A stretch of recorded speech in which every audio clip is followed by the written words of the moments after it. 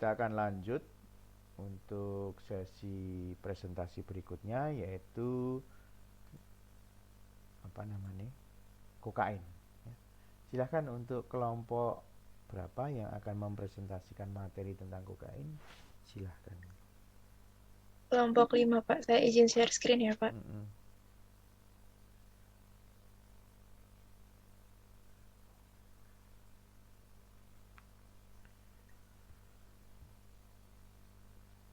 Ya silahkan. Baik, selamat malam Pak Yosef dan selamat malam juga kepada teman-teman. Di sini kami dari kelompok 5 akan mempresentasikan hasil kerja kami itu mengenai penyalahgunaan dari kokain.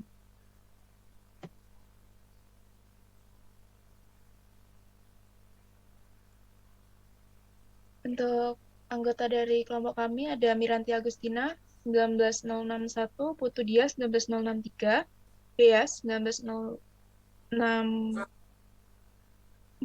Alicia Michelina 19073, Niluh Putu Arma 19075, Griselda 19076, dan Katri 19078.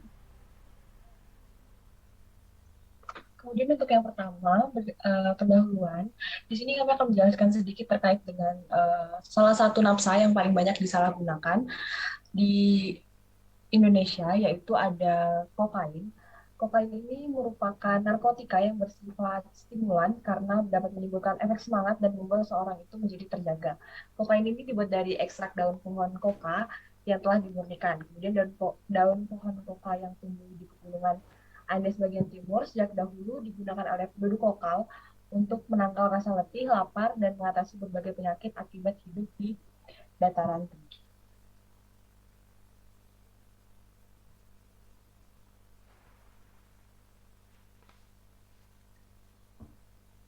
Seiring dengan perkembangan teknologi dan informasi, peredaran narkotika menjadi sangat pesat dan narkotika cenderung mudah didapatkan termasuk narkotika jenis kokain. Di Indonesia, sejumlah kasus penggunaan narkotika telah dilaporkan oleh BNN. BNN menyita kokain sebanyak 8.385,5 gram selama tahun 2018. Narkoba jenis kokain termasuk narkoba yang masih sedikit digunakan oleh pengguna di Indonesia dikarenakan harganya yang relatif lebih mahal dan efek ketergantungannya yang besar. Pada tahun 2019, BNN mendapati 4 orang yang menggunakan kokain dengan alasan coba-coba dan ketidaktahuan penggunaan akan efek buruk yang ditemukan akibat penggunaan narkoba ini. Next.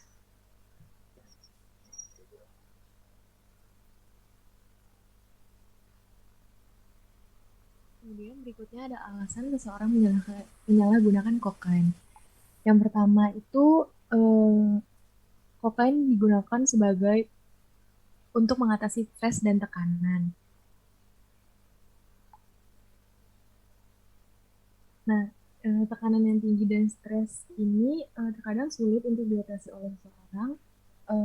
Maka dari itu banyak seseorang yang mencari pelarian, salah satunya dengan menggunakan narkotika, yaitu kokain untuk membuat seseorang tersebut lupa atas masalah dan stres yang dialami. Kemudian yang selanjutnya merasa dapat meringankan beban pekerjaan, di mana stres itu dapat membuat seseorang pada akhirnya mencari sesuatu yang bisa meringankan beban mereka. Nah, ketika itu berhasil, maka seseorang itu akan terus-menerus melakukan hal tersebut. Salah satunya mencari narkotika jenis kokain ini. Selanjutnya ada dorongan dari tekanan sosial dan teman-teman yang juga pemakai. Kecanduan narkoba ini dapat dipengaruhi oleh faktor lingkungan, diantaranya adalah pergaulan yang memberikan pengaruh buruk dan dapat menyebabkan seorang juga mudah terpapar narkoba. Salah satunya adalah penggunaan kokain yang awalnya dimulai dari mencoba-coba, kemudian berakhir dengan menyebabkan seseorang tersebut terjerumus dan mengalami kecanduan narkoba jenis kokain ini. Selanjutnya, alasan seseorang menyalahgunakan kokain karena dirasa dapat digunakan sebagai doping untuk menambah energi. Seperti contohnya pekerjaan selebriti. Mereka dituntut untuk selalu terlihat fit di tengah jadwal yang sangat sibuk dan nge-scroll dari pagi hingga malam, sehingga mereka sangat kurang dalam beristirahat. Nah, alasan tersebut ini membuat seseorang tersebut berpikir untuk mencari sesuatu yang dapat digunakan untuk menambah energi mereka. Nah, salah satunya jenis kokain ini menjadi satu jalan sebagai doping untuk meningkatkan stamina dalam pekerjaan tersebut. Selanjutnya ada untuk melarikan emosi, luka, dan sakit hati. Seorang dengan kondisi yang merasa sedih, kesepian, merasa bersalah, sakit hati, dan marah merupakan kondisi yang tidak stabil. Jadi kestabilan tersebut akan membuat seseorang itu mudah terpengaruh untuk menggunakan nafza, salah satunya jenis kokain ini, sehingga menyebabkan seseorang menggunakan obat-obatan terlarang untuk meredakan emosi, pelarian dari rasa sakit hati, dan meningkatkan harga diri di lingkungan.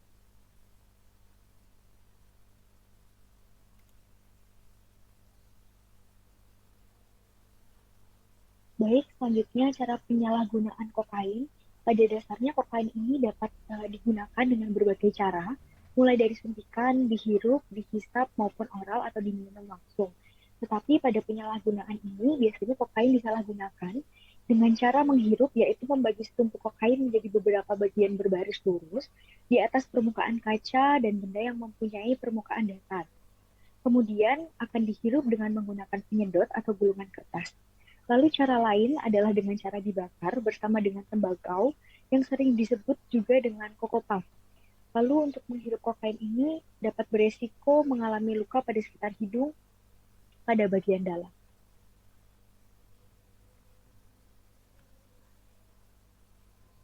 Lalu untuk tempat terjadi penyalahgunaan di Indonesia sendiri itu masih jarang dijumpai. Hal tersebut dikarenakan di Indonesia sendiri itu tidak memproduksi kokain, serta segmen pasar untuk kokain itu biasanya hanya untuk kalangan atas karena harganya yang relatif mahal. Nah, alasannya Indonesia tidak memproduksi kokain disebabkan oleh sulitnya mendapatkan bahan kokain dan juga proses pengambilan zat aktif kokain yang memerlukan proses yang mahal dan lama. Nah, untuk penggunaan kokain sendiri itu lebih sering dijumpai pada masyarakat di luar negeri seperti Eropa dan Kolombia. Nah, untuk contoh penyalahgunaan kokain di Indonesia itu ada artis dengan inisial SE yang ditangkap setelah diketahui membawa 1 ons kokain dari Belanda. SE ini diketahui telah menggunakan kokain sejak tahun 2008 dan membawa kokain dari Belanda ke Indonesia pada tahun 2018. Nah, selain itu ada juga artis yang berinisial ND yang terlibat dengan menjual kokain seharga 4 juta setiap gramnya. Hal ini juga terbongkar setelah ada penangkapan dari W dan JA yang menyalahgunakan kokain. Next.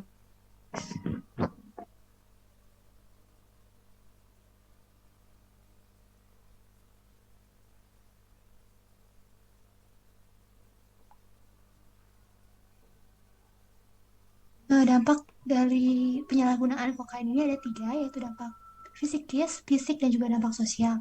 Untuk dampak fisikisnya itu adalah mungkin menyebabkan seseorang itu lambat dalam bekerja, ceroboh, serta sering tegang dan gelisah, hilang kepercayaan diri, apatis, menghayal, penuh curiga, agitatif, menjadi ganas dan tingkah laku yang brutal, sulit berkonsentrasi, selalu memiliki perasaan yang kesal dan tertekan, cenderung menyakiti diri dan perasaannya tidak aman, bahkan ingin melakukan bunuh diri. Untuk dampak fisiknya itu selain mengalami efek dari ketergantungan pada sel-sel tubuh dan organ vitalnya seperti liver, jantung, paru-paru, ginjal, otaknya, itu juga akan beresiko untuk mengalami kerusakan jangka panjang. Nah, pecandu kokain ini juga dapat berakhir dengan penyakit katup jantung yang bocor, paru-paru yang bolong, gagal ginjal, serta liver yang rusak. Selain itu, kerusakan fisik yang muncul akibat infeksi virus hepatitis C maupun HIV/AIDS juga sangat umum ditemui untuk pengguna nafsa, salah satunya kokain, akibat dari penggunaan jarum suntik. Nah, dampak sosial yang mungkin diterima dari pecandu kokain ini adalah seperti depresi mental, menyebabkan gangguan jiwa berat ataupun psikotik, menyebabkan bunuh diri hingga perasaan untuk melakukan tindak kejahatan, kekerasan maupun kerusakan.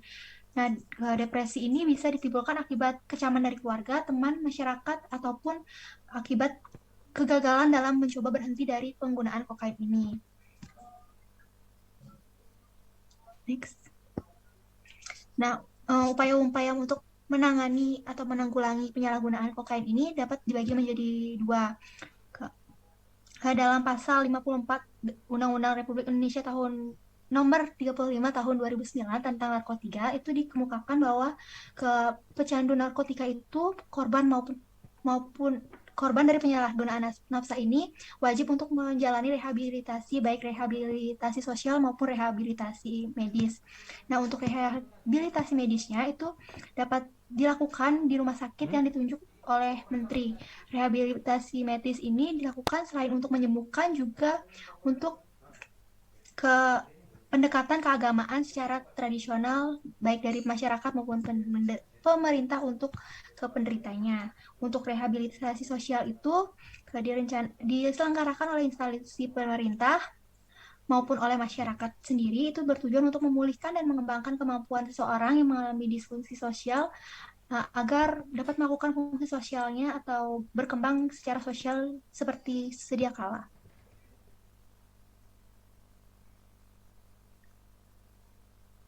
Baik, untuk kesimpulannya, nafsa yang merupakan kepanjangan dari narkotika, psikotropika, dan zat adiktif lainnya merupakan suatu zat yang dapat mempengaruhi otak dan susunan saraf pusat dan dapat menyebabkan ketagihan. Penyalahgunaan nafsa adalah penggunaan salah satu atau beberapa jenis nafsa secara berkala atau teratur di luar indikasi medis sehingga dapat menimbulkan gangguan kesehatan baik secara fisik, psikis, dan gangguan fungsi sosial. Salah satu bahan yang sering disalahgunakan adalah kokain karena dapat menimbulkan efek yang menyenangkan bagi penggunanya.